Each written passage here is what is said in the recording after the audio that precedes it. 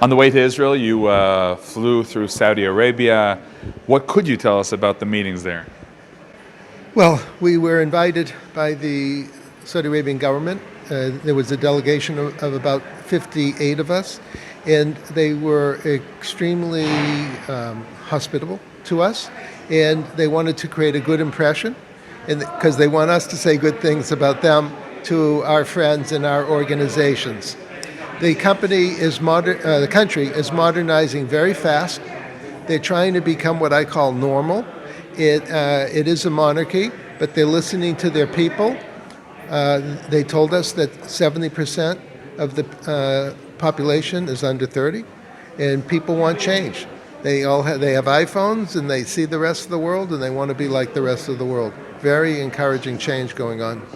And also, do you feel this is connected to Israel and the Palestinians and what we're seeing here? Well, there's a few issues going on.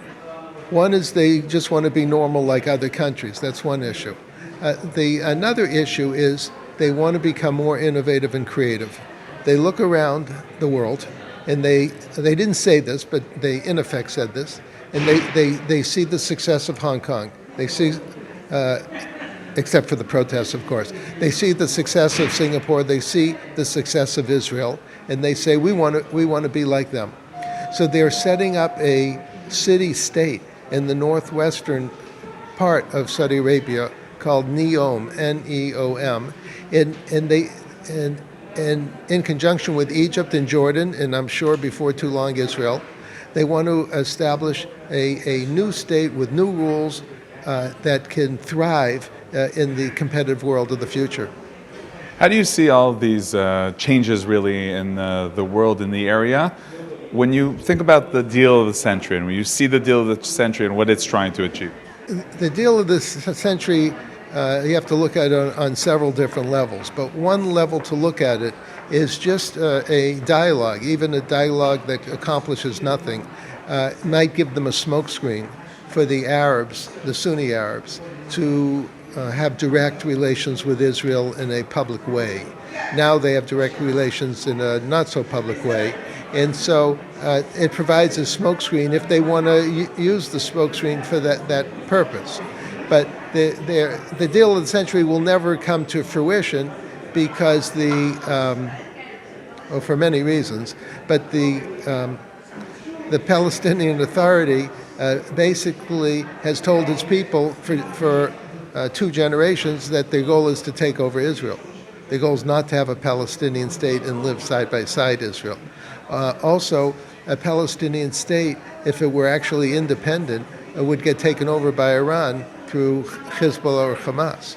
So there actually cannot be a Palestinian state. But hopefully the deal of the century just creates enough discussion so that the Sunni Arab countries like Saudi Arabia can feel that they can have direct formal relations with Israel above ground instead of below the radar screen.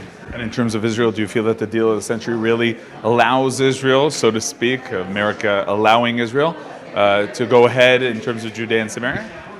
Well, the deal of the century is only good for Israel if the Palestinian Authority doesn't accept it.